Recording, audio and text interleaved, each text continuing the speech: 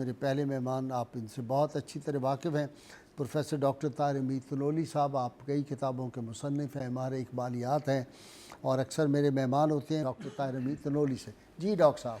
बिस्मिल्लाहिर्रहमानिर्रहीम। गाइस साहब बहुत शुक्रिया। हज़रत सैयदना उमर फ़ारूक का हम ज़िक्र कर रहे हैं और आपने अपनी तमहीद में इब्तिदाइया में बहुत ही माशाल्लाह जामे अंदाज से हज़रत उमर फ़ारूक रज़ियल्लाहु ताला अन्हु की शख्सियत के बारे में, उनके मनाक़िब, उनकी अज़मतें और उनकी कंट्रीब्यूशंस और किस तरह उन्होंने इस्लामी रियासत की बुनियादों को मुस्तहकम किया, इस्लामी सोसाइटी की बुनियादों को मुस्तहकम किया, आपने इरशाद फरमाया।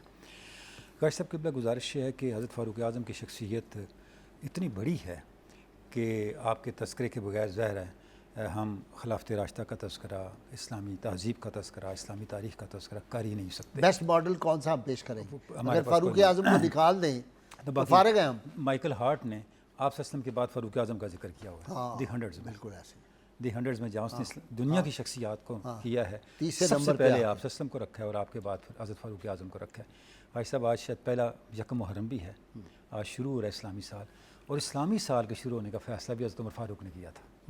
यानी आपने बताया हाँ, हिजरी साल का कि हिजरी साल कैसे होगा। यानी आप देखें कि हमारी कितनी बुनियादें हैं जिनको इस्तवार करने का एजाज़ अल्लाह रब्बुल इज़्ज़त ने हज़रत उमर फ़ारूक को दिया है। एक और भी एजाज़ है कैम्ब्रिज यूनिवर्सिटी में जो इंटरनेशनल कॉन्फ्रेंस हुई थी कि system of administration, the best system of administration the world is which was done by Syedna Farooq Azam, उसमें अल्लाह के फल से ये आजिज़ जो है इसमें जाके मकाला पेश किया। माशाल्लाह माशाल्लाह।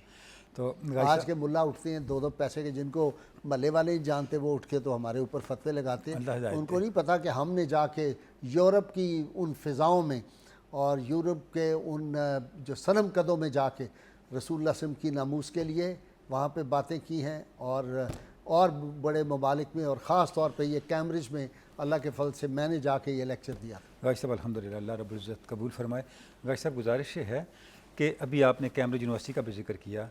कोई भी गाइस साहब जो बड़ी शख्सियत होती है, जब हम देखते हैं कि उसकी शख्सियत में क्या कमालात हैं, उसकी क्या कंट्रीब्यूशन है, तो आपकी नज़र फ़ौरन उस इदारे की तरफ जाती है जहाँ से वो पढ़ के निकला होता है, या उस माहौल की तरफ जाती है जिस माहौल ने उस शख्सियत को बनाया होता है। सुभान अल्लाह। जब हम हज़रत उमर फ़ारूक की शख्सियत को देखते हैं, वो कौन सा इदारा है और वो कौन सी यूनिवर्सिटी है जिसे वो पढ़ के निकले हैं, तो वो बारगाह नबूवत है।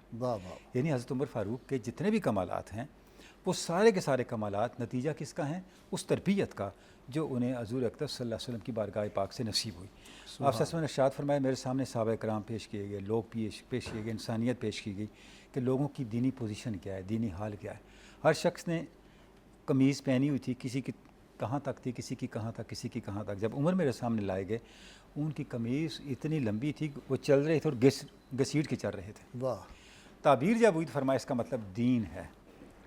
यानी उमर का दीन इतना मुकम्मल है कि वो सरतापा दीन के अंदर डूबे हुए हैं। उनकी सोच का कोई दायरा, उनकी सोच का कोई जाविया और कोई पहलू ऐसा नहीं है जो दीन से निकला हुआ। आप सल्लल्लाहु ने इरशाद फरमाया कि मुझे दूध पेश किया गया, मैंने पिया, मैं सैराब हो गया ताकि मुझे उसका असर अपने नाखून में नज़र आने लगा। जब उसमें से बचा तो मैंने उमर को पिला दिया। यानी इसका मतलब ये हुआ कि हज़रत उमर शऊरी तौर पर फनाफिर रसूल थे। यानी उनका सोचना, एक तो होता है ज़ाहिरी अमाल मामूलात, उनका सोचना, उनका फ़िक्र करना, उनकी हस्ती का मौजूद होना, ये सब कुछ भी फनाफिर रसूल था।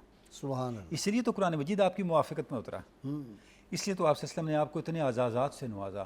आप सल्लम को आप पर कितना एतमाद था हज़रत उमर। आप सल्लम को एक मौका ऐसा आया कि कोई शख्स आया जिसने आप सल्लम के साथ ऊँटों का सौदा किया और ऊँट लेके चला गया और पेमेंट बाद में तय हो गई।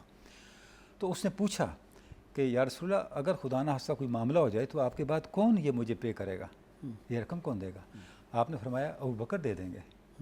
उसने कहा अबू बकर भी ना रहें, इस दुनिया से चले जाएँ तो फिर कौन देगा? तो आप सल्लम ने इरशाद फरमाया फिर उमर दे देंगे। तो उसने कहा उमर भी ना रहे, मौत तो कानूनी कुदरत है। आप सल्लम ने जो जुमला इरशाद फरमाया, वो जुमला ये बताता है कि आपको हज़रत उमर पे एतमाद का क्या आलम था। आपने फरमाया नादान, अगर उमर भी मर जाए ना तो इससे हो सका तो तुम भी मर जाना। ये तुम कैसी बात कर रहे हो? वाह वाह। हाँ जी, सर लेने आए अल्लाह के महबूब का और सर उनके कदमों में रख दिया। सुभान अल्लाह, सुभान अल्लाह, क्या बात है। जी भाई साहब, जिस तरफ हम जा रहे हैं, जैसे शुरू में मैंने अर्ज़ किया कि हज़रत उमर फ़ारूक वो हस्ती हैं जो कुल्लियतन ज़ात रिसालत माब में फ़ना है। अब देखें ना, आप सल्लम अल्लाह की शान बयान कर रहे हैं तो हज़रत उमर फ़ारूक मुतासिर होकर फरमाते हैं फ़तबारकल्लाहु अहसनुल ख़ालिक़ीन, और अल्लाह रब्बुल इज़्ज़त ने इस जुमले को आयत का हिस्सा बना दिया। कमाल है। सब्र करें।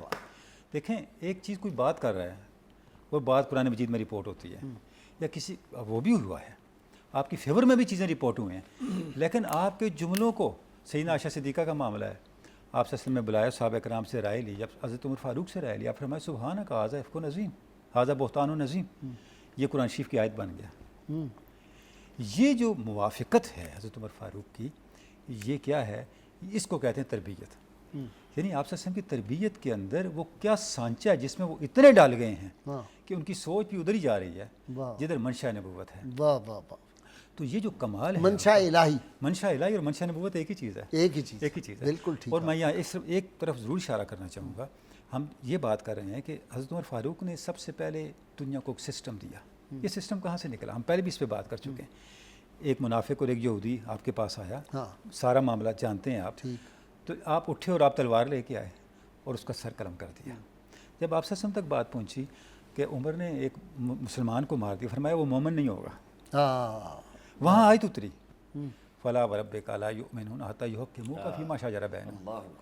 ये इस्लामी रियासत का दस्तूरी असूल है जिसको उमर के ईमान ने तय किया कि इस्लामी रियासत उस वक्त तक वजूद में नहीं आ सकती जब तक रियासत के शहरी अपना इख्तियार रसूलुल्लाह को सरेंडर न कर दें और गुस्ताखे रसूल को जब तक सजा न दें।